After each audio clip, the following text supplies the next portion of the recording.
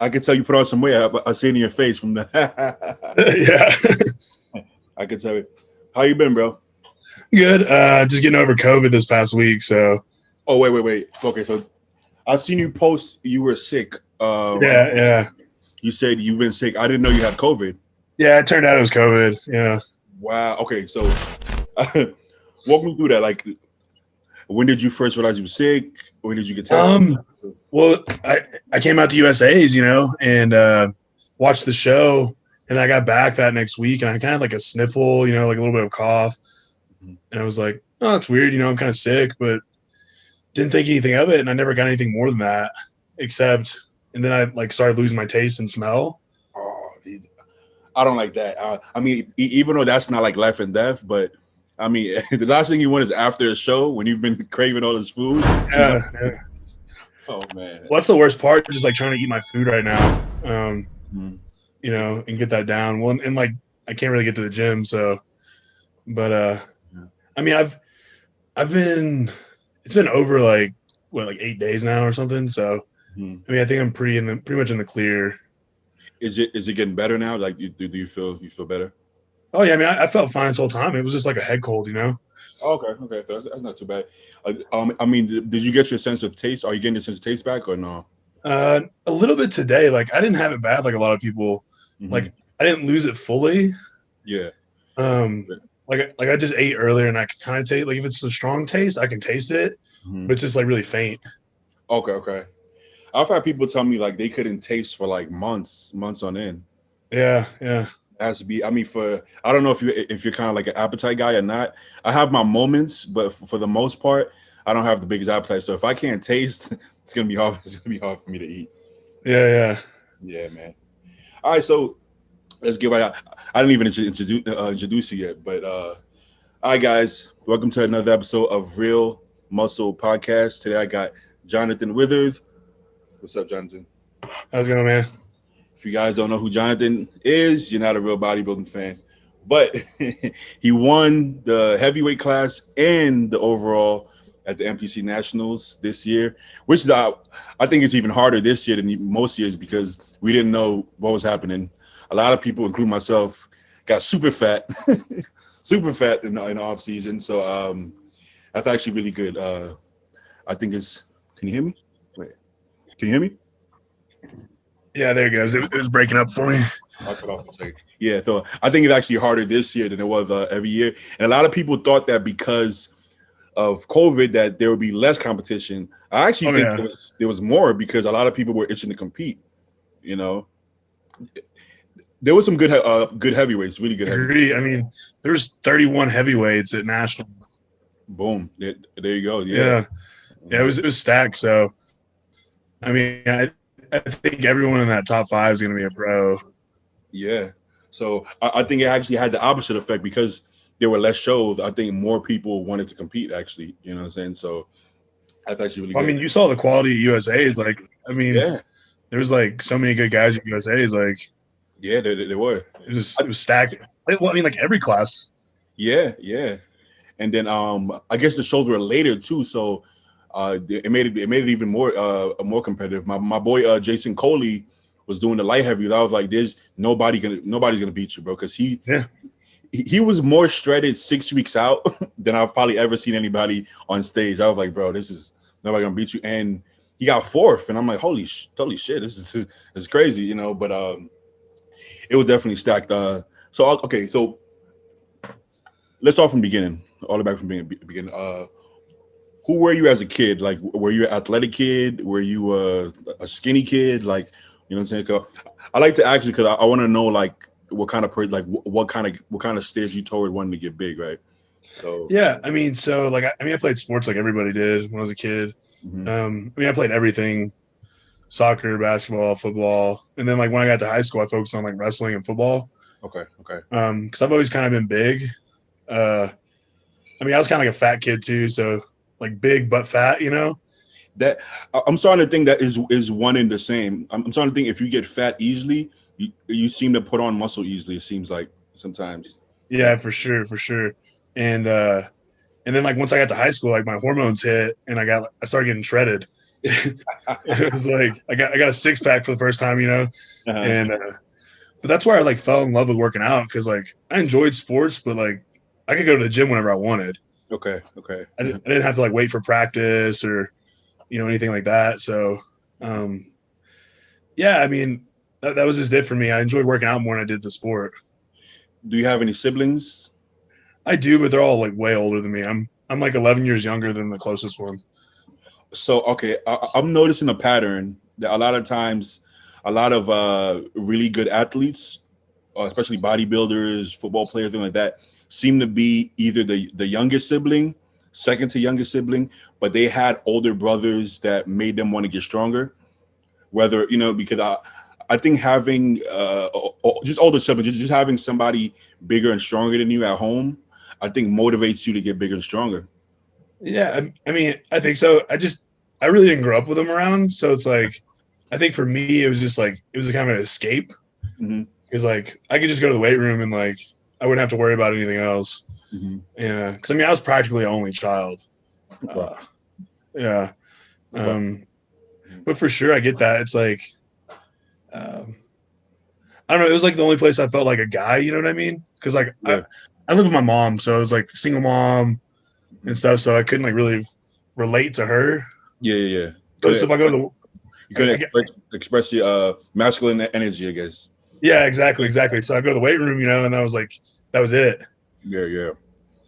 When was the first time like you realized bodybuilding was a thing? Like, I guess the first bodybuilder you saw, or the first time you say, okay, oh, this is the thing. There's people that work out and get buff for a living. When was the first time you noticed that was a thing? Um, so my brother-in-law. So I've been with my wife since high school, and he was actually competing a lot whenever we were in high school because he was you know let's see, he's like 8 years older than us, Mhm. and so he was like kind of like in that range where he was like a big guy.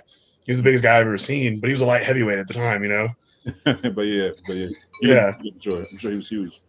yeah, exactly. So I like looked up to him because he was like more of a brother figure to me than my own brothers, Hmm. and so I was just like, oh crap, like this is a thing. And then also, I mean, I was always picking up muscle mags and muscular development and stuff.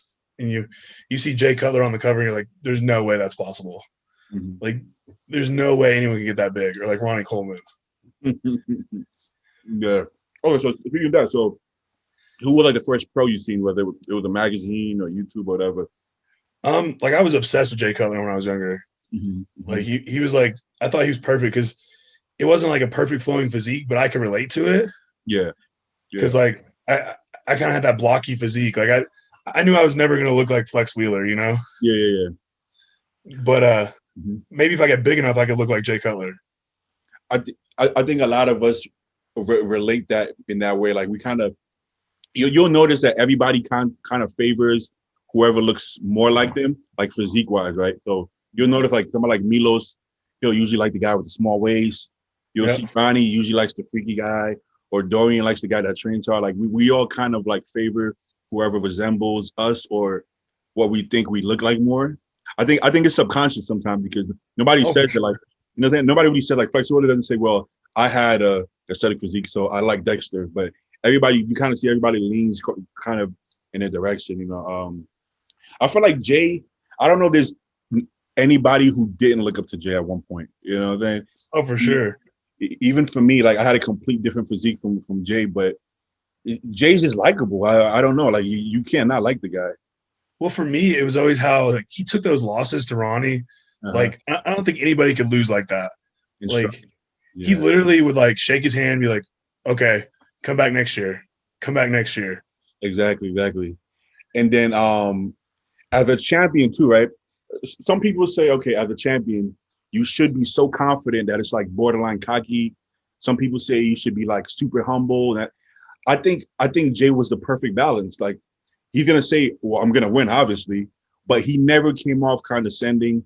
He never came Yeah, off cocky. Nobody in this world can ever say Jay was cocky. Like it doesn't even cross your mind. You know what I'm saying? But at the same time, he wasn't shy. You wouldn't say like he was like unconfident neither. He was that yeah, perfect balance. He always said the right thing. You know what I'm saying? It's like he exactly. always said the right thing. And Jay was one of the only people that I can just watch train. I would just watch him train and count his reps. Like, okay, 8 reps. Okay, you know what I'm saying? It was like fun. I don't know why, because at the time he didn't talk much at the time, but I could just sit there and watch him train all day, and it was fun. It was fun to do for whatever reason. But I think Jay is probably one of the most well respected, likable bodybuilder ever, and to this day, he's one of the few people that shows so much respect to the young upcoming guys. Yeah. He'll DM guys that like you would think he has no business even talking to. I've heard guys say he's physically called them. He'll see them and he'll have a full conversation with them, and it's not like he's just trying to talk to you. He's legit excited about it. He never had anything bad to say about anybody. Whereas you might see Dorian might say, "Oh, guys don't train hard," or you know what I'm saying, which is his right to say that or whatever. Or you say, well, Ronnie say, guys don't come in shape. Jay never had a bad thing to say about anybody. It's always positive, and I think that's great for the sport. You know, I agree, man, 100%. Like, well, that was like after I won, like so many people messaged me, but then like Jay messaged me, and I was just like, no way, like this can't be happening. This isn't real. It's a fake page. Yeah, and like we were at dinner like after the show, and I legit like started crying. I was like, I couldn't even comprehend that like Jay would even like take the time out of his day to message me, and yeah, I mean, it's just I think it's how he carries himself, and then I try to approach it that way too. Like if someone messages me, I'm gonna message them back. You know, like, and I've had so many people like tell me, "Hey, man, like I didn't even expect you to message me back. Like most people don't," and like that's insane because like these people look up to us. Yeah. So how hard is it for us to take, you know, like 5 minutes, shoot them a quick message and be like, hey, like answer the question or something, you know?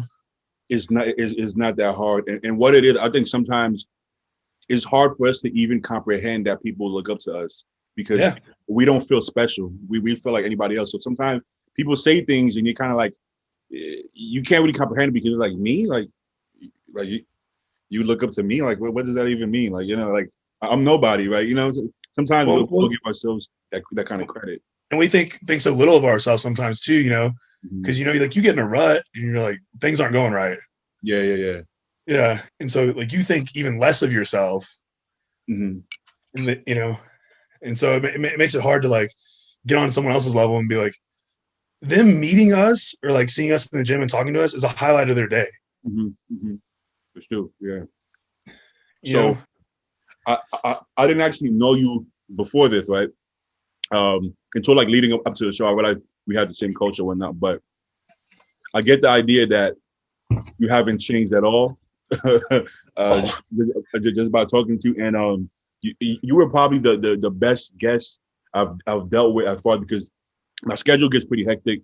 Sometimes my timing is a little off, and it makes me feel bad that I'm wasting somebody's time because you know whether I'm late or whether I have to reschedule.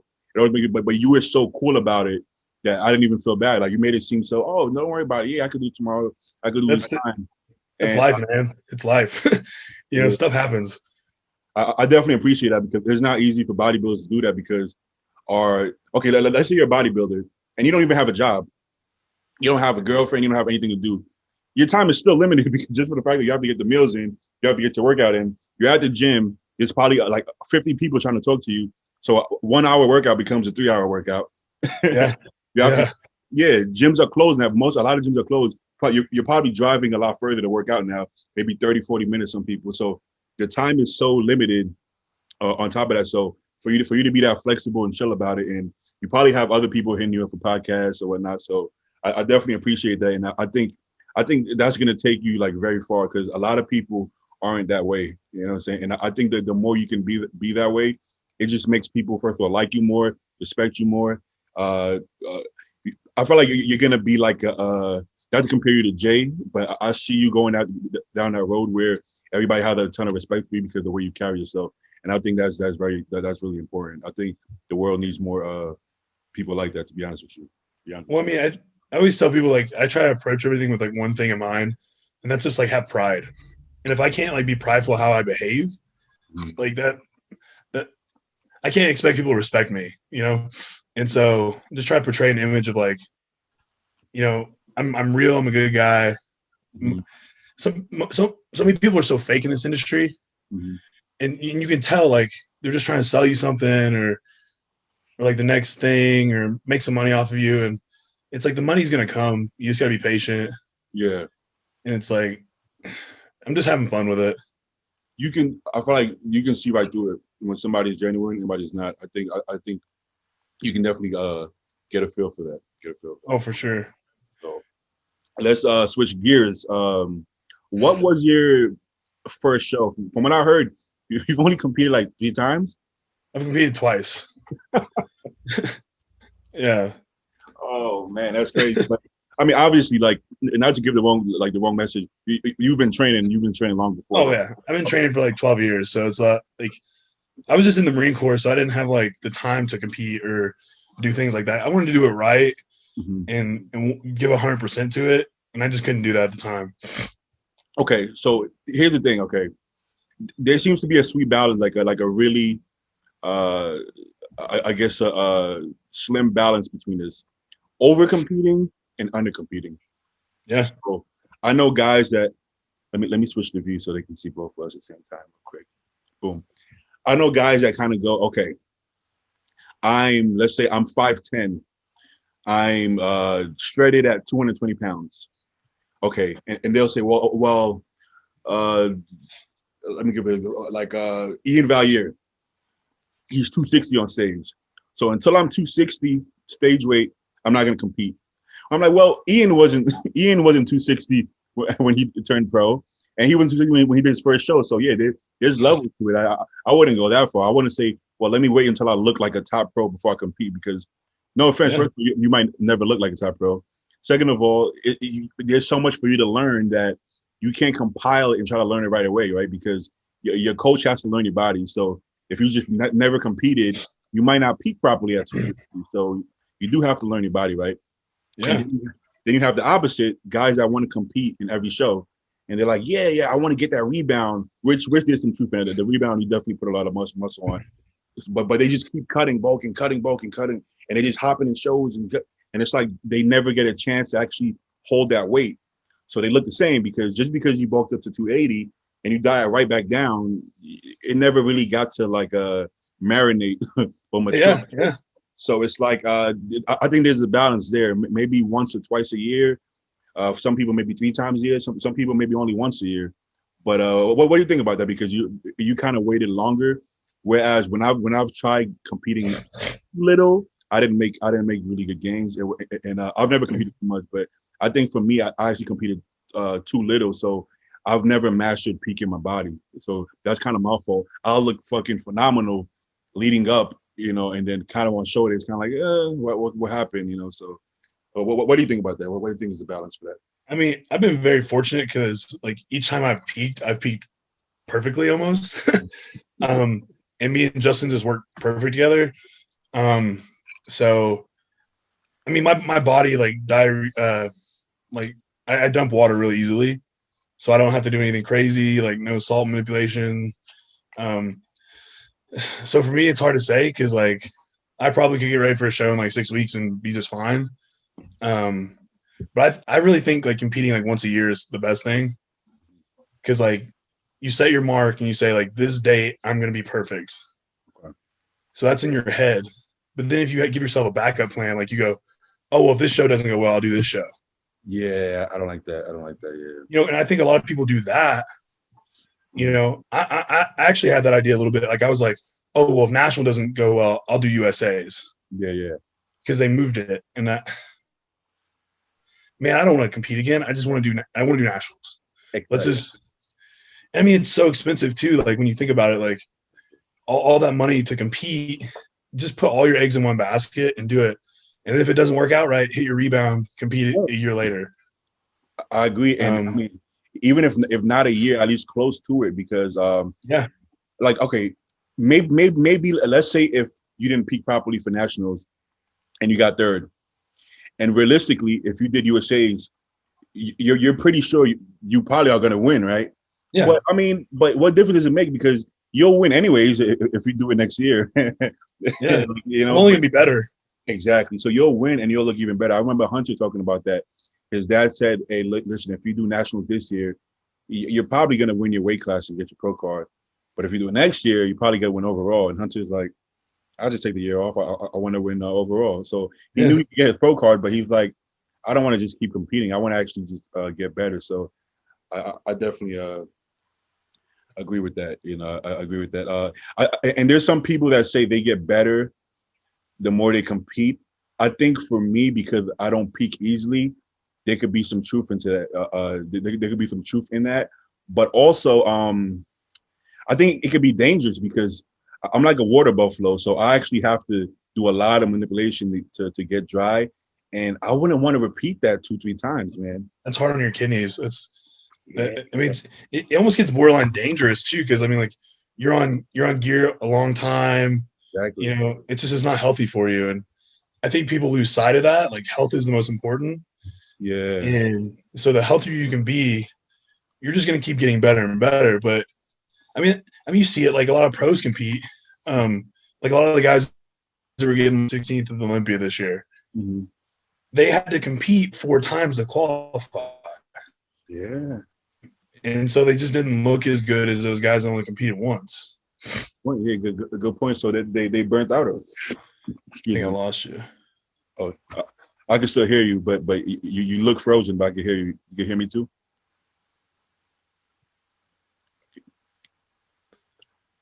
Hello.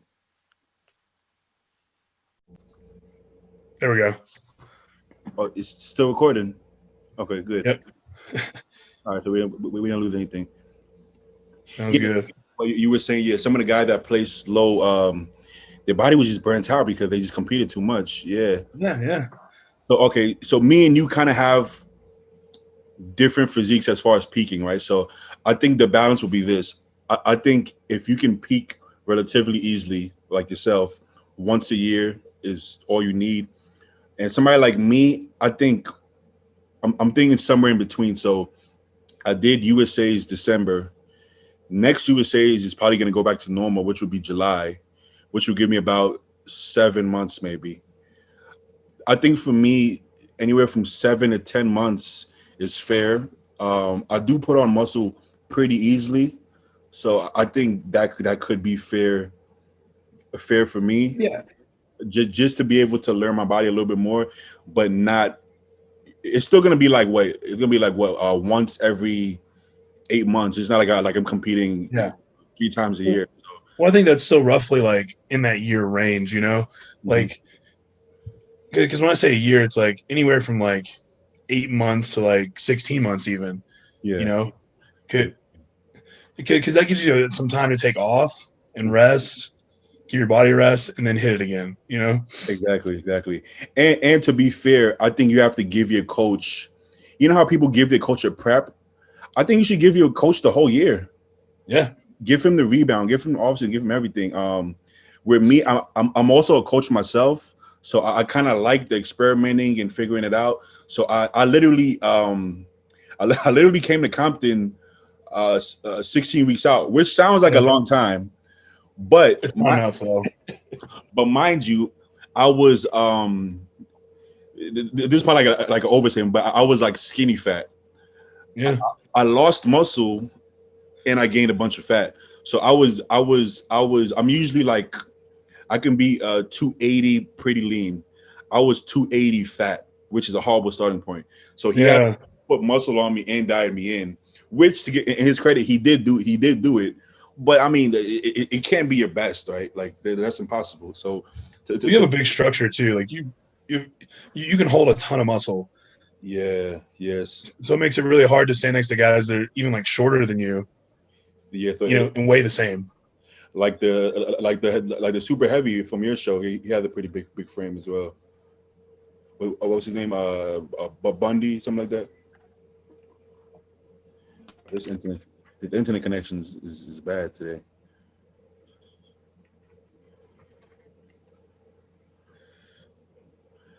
I'm gonna switch over this Wi-Fi. I feel like this Wi-Fi. Let me see if I can see if I can see.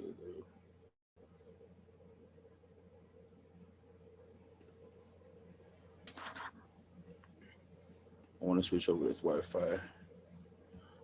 You can still hear There we me? go. Yep. You're good.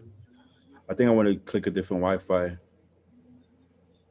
Let me not do anything crazy.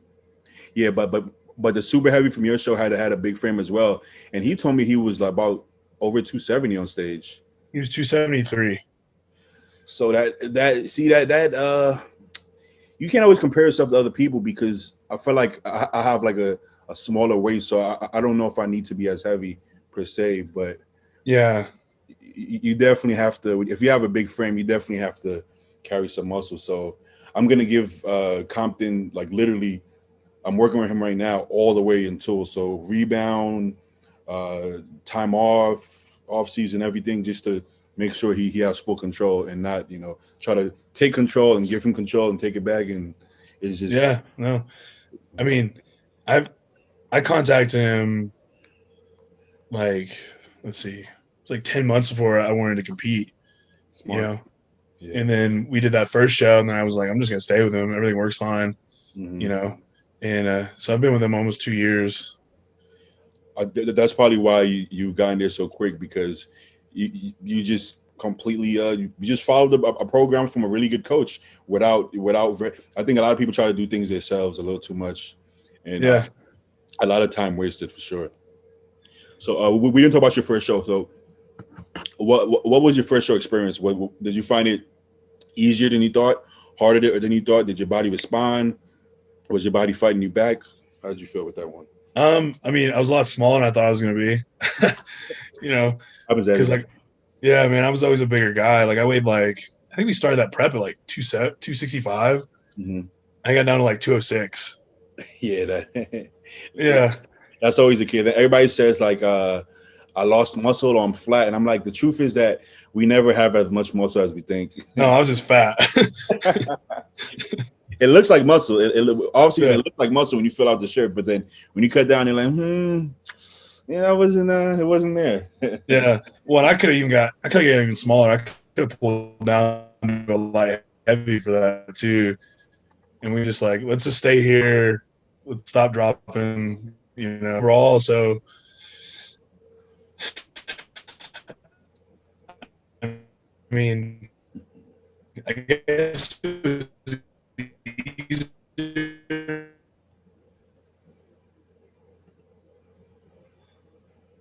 Yeah. But yeah, it went really well. It was the Ronnie Coleman Classic in 2019. Mhm. Did you okay? So after that show, did you and Compton right away feel like okay, we have something here? Like we could probably get a pro card soon, or it wasn't that kind of vibe? So the next day, Justin called me. We talked for about, I think it was like 30 minutes. And he was like, hey, man, I don't think you could get a card this year. Hmm. He's like, I mean, we could try to pull you down to a light heavy and go for it. Hmm. Or let's just go ahead and hit the rebound, take the year off, and do a national show next year. Okay. And I was like, I don't want to lose any more muscle. I'm already small. Yeah. So let's just go ahead and take the time off and grow. And like we originally planned on doing USAs this year. Wait. And then, COVID hit. So in July. Yeah. So I was planning on doing the show in July. Okay. And, COVID hit and it got moved around a bunch. And Mhm. I was like, well, let's just do nationals then. That's the only one that's still like set date. Yeah. And yeah, it actually helped me out because like we jumped on a prep and I dieted for like 6 to 8 weeks. Hmm. And so I got like a little mini rebound there once they moved USAs. Yeah. Okay. Okay. And so it actually kind of benefited me And because all I was doing was training and eating. yeah, so it actually made it kind of better almost, right? What Yeah. was there any point in your prep that Compton kind of looked at you and kind of said, okay, I think that there's a possibility that we could actually take this the whole thing. Yeah. It was pretty early on. It was like, I think it was from the start almost even. He's like, man, like if you just keep cranking it, he's like, obviously your upper body is going to be a struggle, but you have the legs and we can get you in shape. And so you're definitely going to be fighting for your card. And then if you win your class, you have a good shot at winning the overall. I think if you have good legs or great legs in great condition, you have a much better chance of getting your pro card than if you had a better upper body and a better structure with not as much conditioning and not as much legs, which basically me versus you. Yeah, I mean, I think it really comes down to conditioning. You know, So, when you're amateur. And honestly, that's what Steve Weinberg told me when I came off the stage. He's like, "You won because of conditioning." yeah, yeah. Um, Your conditioning was so far ahead. I feel that it wasn't even funny. Like especially from like behind the glutes, the hams. I'll go as far as saying even on the Olympia stage, you don't see glutes and hams that dry, hard, and peeled. So it was just there was no way you couldn't get it with that. Even if your upper body was smaller than that, the condition was just too too crazy that there was no way you wasn't well, gonna and get that's the thing. Like, it's so interesting because like then I did like the photo shoot the next morning, it. Hmm. and my upper body looked like it was 15, 20 pounds heavier. You know, because you eat all the junk food and everything. Hmm. But then the lines in my legs, and my glutes, and my hams were gone. Hmm. You know, because and that was kind of the struggle for us is like not pushing too much food. Yeah. And so like Justin was like really cognizant of that, saying like, all right. And I'm saying like, oh no, I need more food. I'm not full enough. And he's like, dude, you're plenty full. We got to use this conditioning to our advantage. Yeah. You know, and so that worked out. But it's hard as a competitor. You're like, I want to be bigger. I want to look bigger on stage. Yeah. Well, the truth is that you're always bigger than you think because we're always hard on ourselves in that way. And you didn't look like you were lagging for size in any way. I think you said you were about 220, 221, I was like like 223. Yeah. yeah, and you for sure look bigger than that because I mean, in that shape you're gonna look big. I want to ask you about your legs. Would you say your legs are like mostly genetic? Yeah. I mean, for the most part, I definitely train them hard. Yeah, I mean, at this point, not hard like I used to. yeah, I might hit like 3, 4 top sets a week for quads, and yeah. that's about it. Um, but Oh, I used to do 2 leg days a week. but like once you started training, your legs took off more than the upper body, right? Oh, for sure. But then again, I've always been training my legs correctly. Hmm. Is the key. Like When you say correctly, how exactly you mean? proper muscle contractions, good form, uh, rep tempo, things like that. And then like so my back, probably my weakest body part, was always sloppy in comparison. Okay, okay. And I've really changed that over the last 2 years, but in comparison, it's just not the same because I've been doing legs right for 10 years. I've only been training my back right for 2 years. Yeah, yeah. It's like the longer you train, you kind of figure out what muscle needs what. And I don't think it's always how people say okay, some people train one camp will say let's do like overload like hit training. Let's say like a Matt Jansen style progressive overload, Jordan Peters type training, and we'll have like the Kuwait crews. They'll say like just high volume, 15 to 20 reps, everything, right? I think even in one bodybuilder, different body parts respond to different things. So progressive overload for me seems to work for everything besides my legs and my back. Yeah. So going to my legs and my back, heavy one set top set failure sets doesn't seem to work, and it seems to like the high rep, high volume Kuwait style training seems to work better for my legs and my back. Whereas chest, shoulders, it seems to respond more from the overload style training. So I had to kind of change that, like really for my back, really strict form to Yeah. make sure I'm targeting the proper muscles because if I train my back however I want, my lats just keep growing. I get that really big lats, and then I have no like mid trap or lower back whatsoever. No matter how strong my deadlift would get, I could like pull 7 plates of reps, and then I'm like, there's no way your lower back cannot be big doing that. But yeah, there is. My lower back didn't grow doing that. So Yeah. Other things are taking the load. And exactly, so, exactly. yeah. My traps and my lats, I guess, took the load. So I think even in one body, there's not one size fits all. So I don't believe there's any training that's superior. I think you just have to figure it out. You know, you got to figure out what everything needs. You know. I mean, I agree 100%. Like, I would say my training style most closely mimics Jay's. You know, like how he always said, like I would just pick a number, Mm-hmm. and then like there'd be a couple sets per workout where you go all out. Yeah, exactly. And I feel like that's worked pretty well on everything for me, Mm-hmm. except like arms. You know, like things like that. I do a lot more high volume for them. Yeah, But like I'll literally just like pick a number, and be like, this is what I want to hit on this today, and you go from there. and then go from there. Yeah.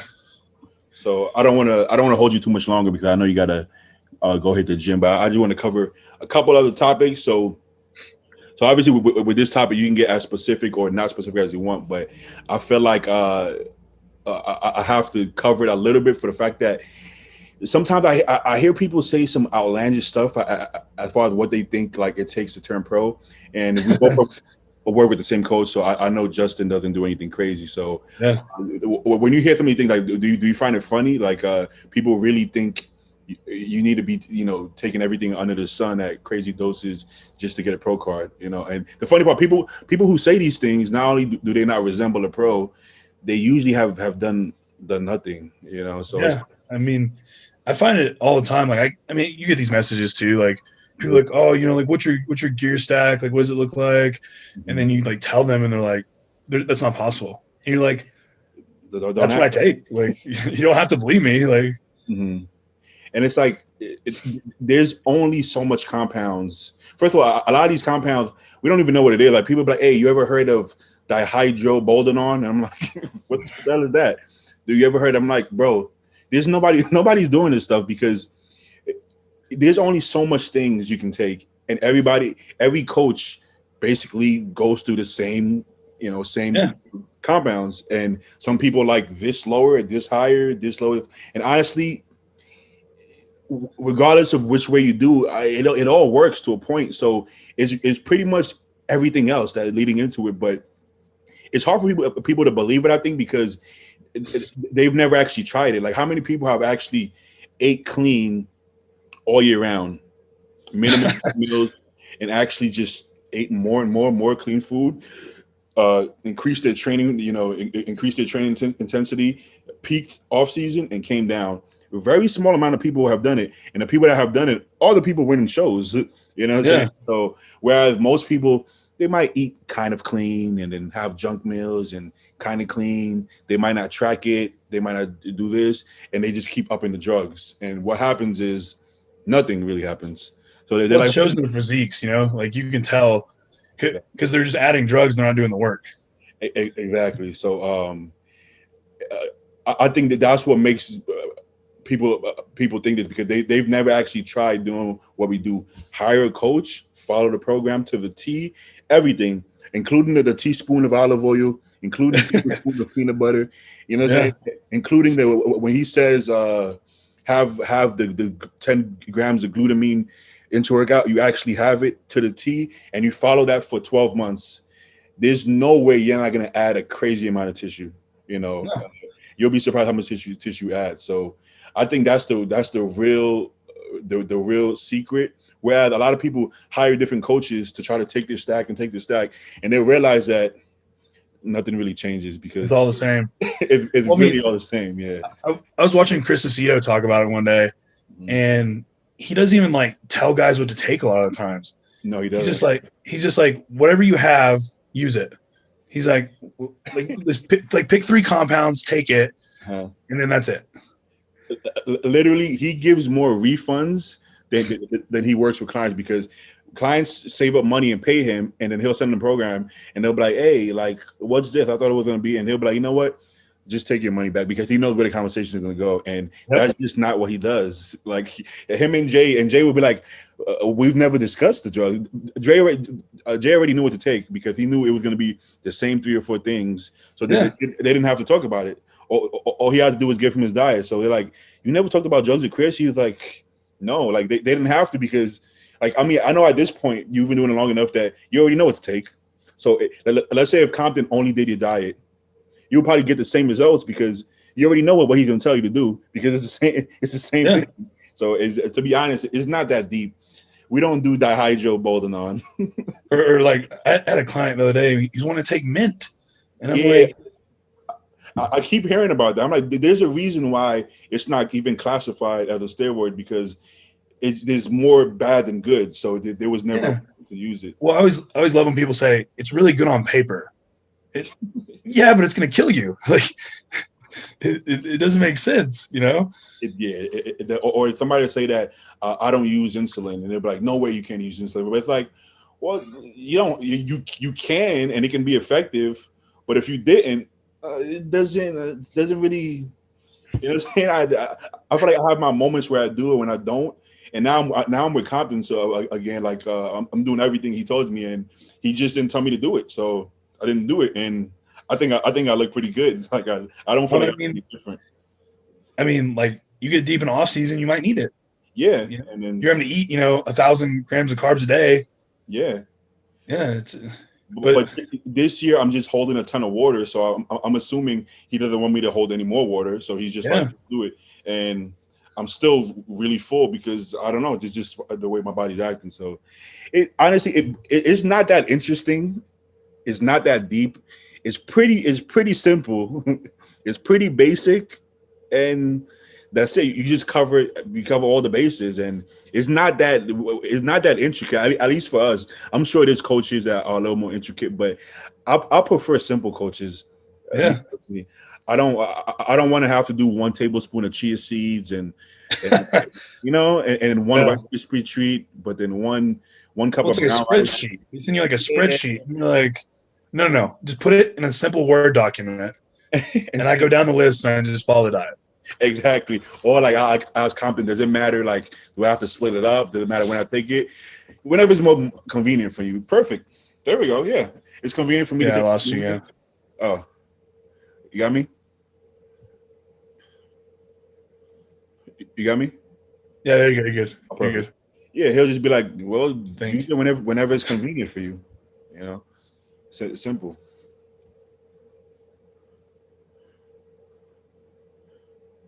You can hear me, right? Can you hear Yeah, I me? can hear you now. All right.